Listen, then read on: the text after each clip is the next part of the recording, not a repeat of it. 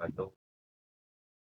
Perkenalkan, nama saya Abida Sujana Putra dengan NIM A11 2023 15333. Saya dari kelompok 5 akan mempresentasikan hasil analisis dua paper pada bidang metode numerik dengan judul analisis paper algoritma, perbandingan metode dan studi kasus. Dua topik yang kami pilih adalah interpolasi Lagrange dan regresi linear. Baik, ya dalam presentasi ini kami tidak hanya menyebutkan rumus, kami juga akan menjelaskan masalah yang diteliti, dasar algoritma, serta tahapan penerapan studi kasus, ya, terus evaluasi dan implementasi program, dan perbedaan karakteristik kedua metode. Kami ingin menunjukkan hubungan antara teori numerik, proses komputasi dan interpretasi hasil penelitian.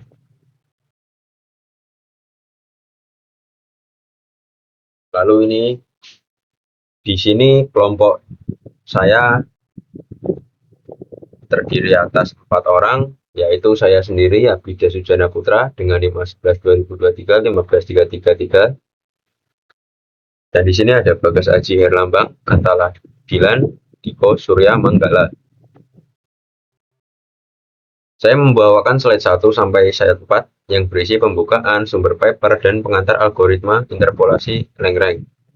Lalu Dilan membawakan slide 5 sampai 8 mengenai ide dasar, tahapan, implementasi, perbandingan Lagrange dan interpolasi linear. Bagas membawakan slide 9 sampai 12 mengenai regresi linear dan proses Semna di rapid miner. Lalu yang terakhir ada Diko, dia membawakan slide 13 sampai 16 mengenai perbandingan, implementasi regresi linear, rangkuman kedua paper, dan kesimpulan. Lalu di sini ada slide 3. Di sini adalah paper yang kami gunakan. Di sini ada penerapan metode interpolasi Lagrange dalam meramalkan jumlah pendapatan pada percetakan. Objeknya adalah pendapatan percetakan kira-kira advaring. Yang kedua ada penerapan regresi linear untuk prediksi harga beras di Indonesia. Objeknya yaitu harga beras di Indonesia. Di sini saya lampirkan source-nya.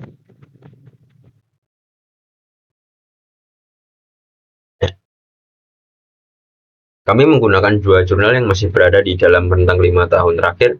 Paper pertama adalah penelitian Mansur dan rekan-rekan yang ditertibkan tahun 2024. Penelitian ini menerapkan interpolasi Lagrange untuk meramalkan pendapatan percetakan Gevira adversing. Data terdiri atas 23 pendapatan bulanan dari Januari 2021 sampai 2022.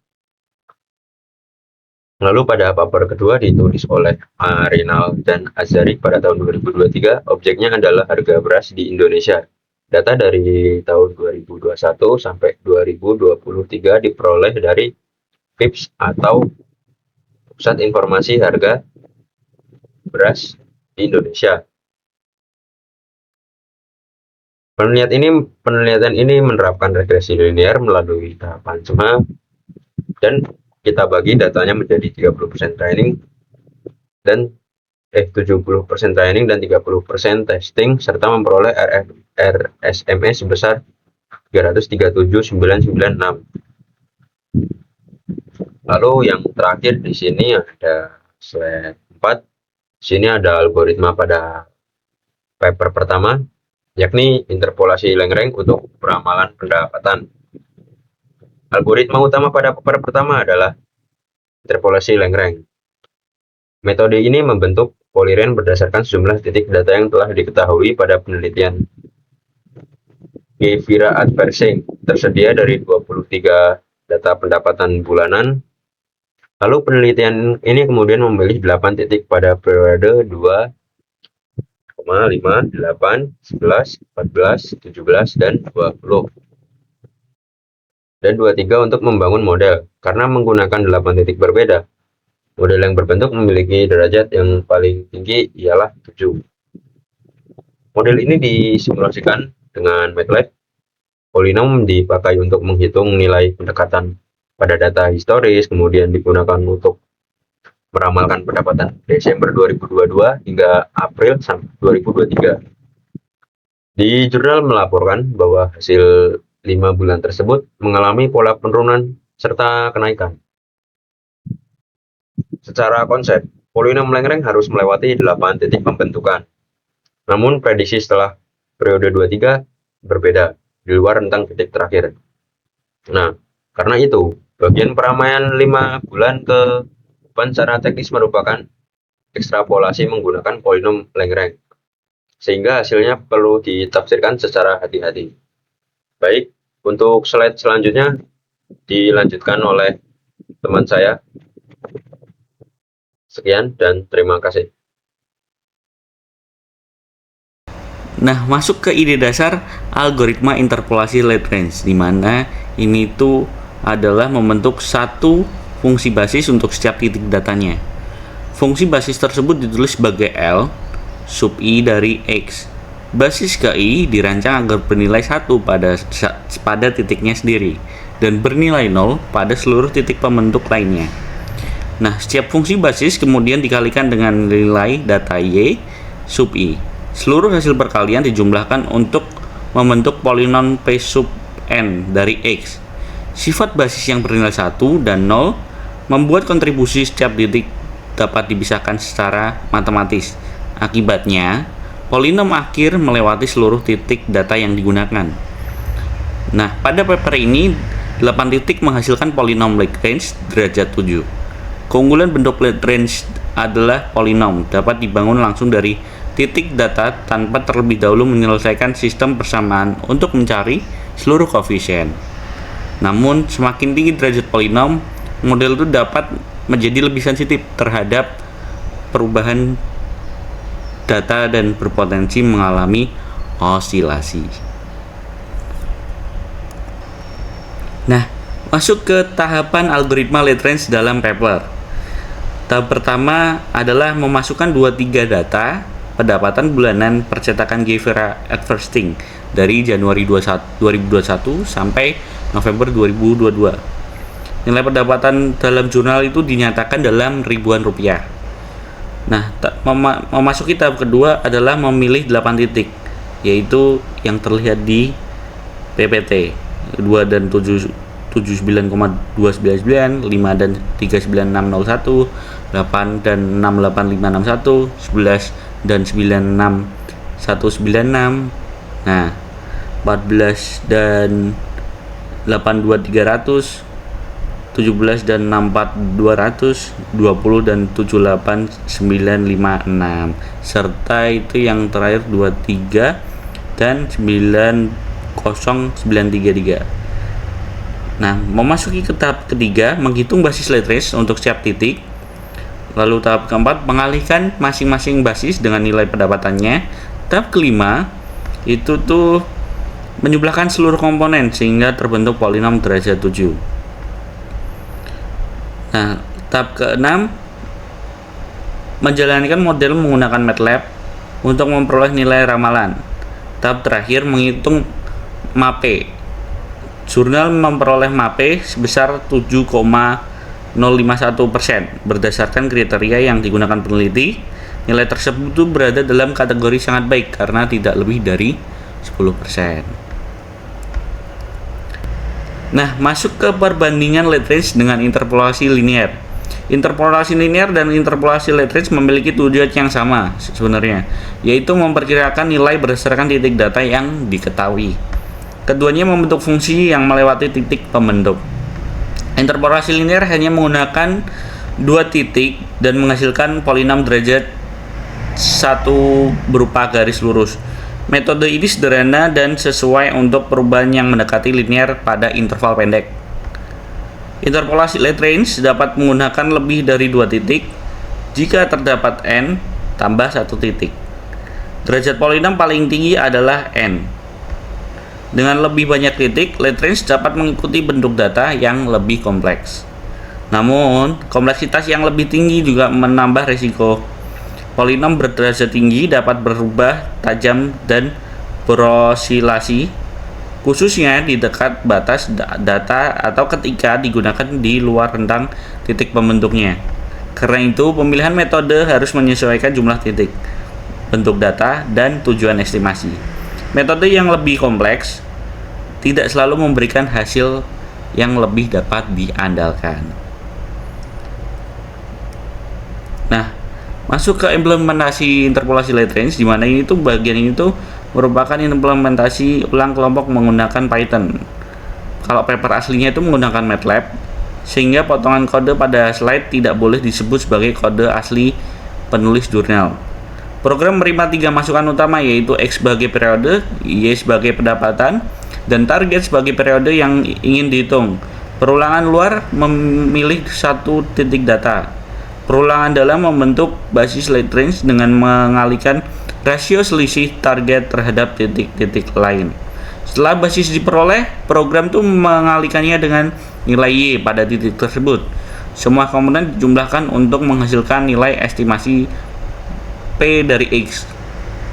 Terlihat output dan grafik pada slide digunakan untuk menunjukkan cara kerja program. Hasil tersebut dibedakan dari hasil jurnal. Dalam 4 tabel, ramalan Desember 2022 tercatat sebesar 82.337.177 ribu rupiah. Dilanjutkan 68 167.723 55 673 60 708 392 111 103 ribu rupiah sampai April 2023. Jadi kode pada slide berfungsi sebagai demonstrasi algoritma, sedangkan nilai penelitian tetap mengacu pada tabel jurnal. Algoritma utama pada paper kedua adalah regresi linear. Metode ini digunakan untuk membentuk hubungan antara periode harian sebagai variabel bebas dan harga beras sebagai variabel terikat. Data penelitian berasal dari PHIPS dan mencakup tahun 2021 sampai 2023. Pengolahan dilakukan menggunakan Rapid Miner Studio. Dataset yang dijelaskan dalam artikel terdiri atas 580 baris. Atribut yang digunakan meliputi tanggal, periode harian, dan harga beras. Harga beras ditetapkan sebagai label atau variabel yang diprediksi. Pada bagian ini, kami membedakan algoritma dengan metodologi penelitian. Regresi linear adalah algoritma prediksi. SEMA adalah kerangka pengolahan data yang terdiri atas sampel, explore, modify, model, dan assess. Jadi, SEMA mengatur proses penelitian, sedangkan regresi linear membentuk model prediksi. Ide dasar algoritma regresi linear. Ide dasar regresi linear adalah mencari garis yang paling baik mewakili hubungan antara variabel X dan Y. Bentuk umumnya adalah Y topi sama dengan A ditambah BX. Nilai A merupakan konstanta atau titik potong. Sedangkan B merupakan koefisien yang menunjukkan perubahan prediksi Y ketika X meningkat satu satuan. Dalam paper harga beras, X adalah urutan periode harian dan Y adalah harga beras. Model mencari nilai A dan B sehingga selisih antara harga aktual dan harga prediksi dapat dibuat sekecil mungkin pada data penelitian. Berbeda dengan interpolasi, garis regresi tidak diwajibkan melewati seluruh titik data. Sisi antara nilai aktual dan prediksi disebut residual. Regresi justru mencari pola umum dari keseluruhan data. Artikel tidak menampilkan nilai akhir konstanta dan koefisien regresinya, sehingga besar perubahan harga per satu periode tidak dapat dianalisis secara numerik dari paper tersebut. Kemudian, tahap sampel dilakukan dengan mengambil data harga beras tahun 2021 sampai 2023 dari PHIPS. Tahap ekspor digunakan untuk memahami struktur data dan memilih atribut. Paper menjelaskan adanya 580 baris data dengan atribut tanggal, periode harian, dan harga beras. Pada tahap ini, proses split data menggunakan linear sampling agar pembagian mengikuti urutan data. Tahap modify, membersihkan nilai kosong, menyesuaikan tipe data, menetapkan harga beras sebagai label. Tahap model membagi data menjadi 70% data training dan 30% data testing. Regresi linear dilatih pada data training lalu diterapkan pada data testing melalui operator apply model. Tahap proses mengevaluasi hasil prediksi menggunakan RMSE. Nilai yang diperoleh adalah 337.996 ditambah atau dikurang 0,000. Semakin kecil RMSE, semakin dekat prediksi terhadap nilai aktual dalam skala harga yang digunakan. Namun, angka ini dinilai dalam konteks penelitian yang sama, bukan dibandingkan langsung dengan MAPE pada paper pertama. Kemudian, alur regresi linear dalam RapidMine. Alur proses dimulai dari memasukkan data harga beras, kemudian difilter dan dibersihkan. Setelah itu, dataset dibagi menjadi data training, data testing. Model regresi linear dilatih pada bagian training. Model yang terbentuk diterapkan pada data testing untuk menghasilkan prediksi harga beras. Tahap terakhir menghitung RMSE. Paper menyimpulkan bahwa hasil prediksi mendekati nilai aktual dan melaporkan RMSE sebesar 337.996. Meski demikian, artikel tidak menampilkan persamaan regresi akhir. Nilai intercept, nilai koefisien atau tabel prediksi yang lengkap. Karena itu kami tidak dapat menilai seberapa besar perubahan harga pada setiap kenaikan suatu periode hanya dari artikel. Ini saya akan mempresentasikan perbandingan regresi linear dan interpolasi. Interpolasi dan regresi linear sama-sama menggunakan data yang telah diketahui untuk memperkirakan nilai lain. Namun tujuan matematisnya keduanya berbeda. Interpolasi membentuk fungsi yang harus melewati seluruh titik pembentuk. Pada titik tersebut, nilai fungsi sama dengan nilai aktual. Regresi linear tidak harus melewati seluruh titik. Regresi membentuk garis yang mewakili kecenderungan umum, sehingga residual masih dapat muncul pada setiap data. Interpolasi lebih sesuai untuk memperkirakan nilai di antara titik yang diketahui. Ketika titik tersebut dianggap akurat, regresi lebih sesuai ketika data mengandung variasi dan tujuan analisis adalah memahami pola hubungan. Pada studi harga beras, regresi linear digunakan untuk menangkap kecenderungan harga berdasarkan periode harian. Namun, waktu bukan satu-satunya faktor yang dapat mengaruhi harga, sehingga model ini tetap merupakan penyederhanaan dari kondisi nyata. Lanjut, studi kasus dan implementasi regresi linear.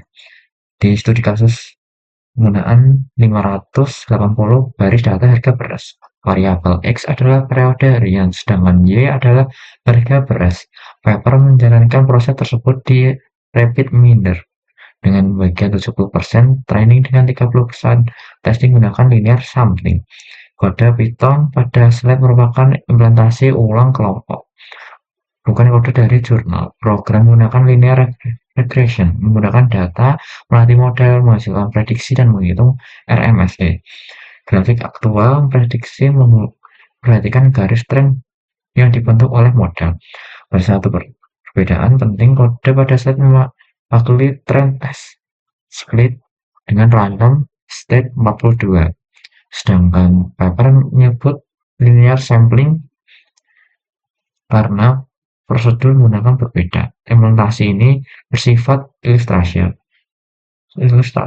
dan tidak dapat dianggap sebagai reproduksi persis hasil penelitian.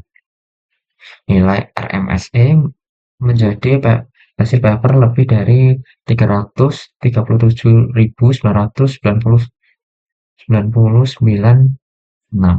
untuk data yang tersusun berdasarkan waktu. Pembagian mengikuti urutan periode lebih sesuai agar informasi masa depan tidak masuk ke data penelitian. Lanjut, perbandingan algoritma kedua paper. Tabel-tabel ini merangkum berbagai utama kedua paper. Paper pertama menggunakan data pendapatan pencetakan. Terdapat 23 data bulanan, lalu 8 titik digunakan untuk membentuk polinom Langrenz derajat 7. Model ini dijalankan menggunakan MATLAB dan evaluasi dengan mapel sebesar 7.051%. Paper kedua menggunakan 580 baris data. Harga beras. Input utama adalah periode harian dan harga beras. Model terbentuk persamaan garis linear dijalankan menggunakan rapid miner dan evaluasi dengan RMSE sebesar 337.996. Perbedaan paling penting berada pada tujuan model. Lagrange membentuk fungsi melewati titik pembentukan, sedangkan regresi linear mencari kecenderungan umum. Data mapel menyatakan rata-rata kesalahan relatif dalam persen. RMSE menyatakan besar kesalahan pada skala variabel target dan membentuk pelatihan lebih besar pada era terbesar. Oleh sebab itu, angka 7.551 dan 337.996.000 tidak boleh dibandingkan dengan langsung untuk menyatakan bahwa satu metode pasti akurat. Lanjut, kesimpulan dan penutup. Berdasarkan pembahasan, paper pertama merupakan interpolasi Lagrange untuk membentuk polinom derajat 7 dari 8 titik pendapatan. Jurnal melaporkan mapel sebesar 7.051% dan mengategorikan hasil sangat baik. Kekuatan metode ini adalah kemampuan melewati seluruh titik pembentukan. Terbatasannya adalah sensitif polinom berderajat tinggi, khususnya ketika dipakai di luar rentang data. Lalu paper kedua merupakan range linear yang dibentuk hubungan antara periode harian dan harga beras. Melalui harapan SMA, model ini diuji menggunakan 70% training dan 30% testing, serta menggunakan SME sebesar 337.996. Kekuatan regresi linear terbentuk pada bentuk model yang sederhana dan mudah dipahami. Keterbatasan artikel tidak menampilkan parameter akhir, hanya menggunakan periode sebagai vektor utama. Kesimpulan kami, memilih metode harus menggunakan tujuan, sifat data, rentan prediksi, dan cara evaluasi. Hasil numerik tidak cukup dibaca dari besar angka error saja. Kita juga harus menilai asumsi, prosedur pengujian, serta keterbatasan model. Demikian presentasi dari kelompok kami. Terima kasih atas perhatian Bapak. Kami siap menerima pertanyaan dan masukan. Assalamualaikum warahmatullahi wabarakatuh.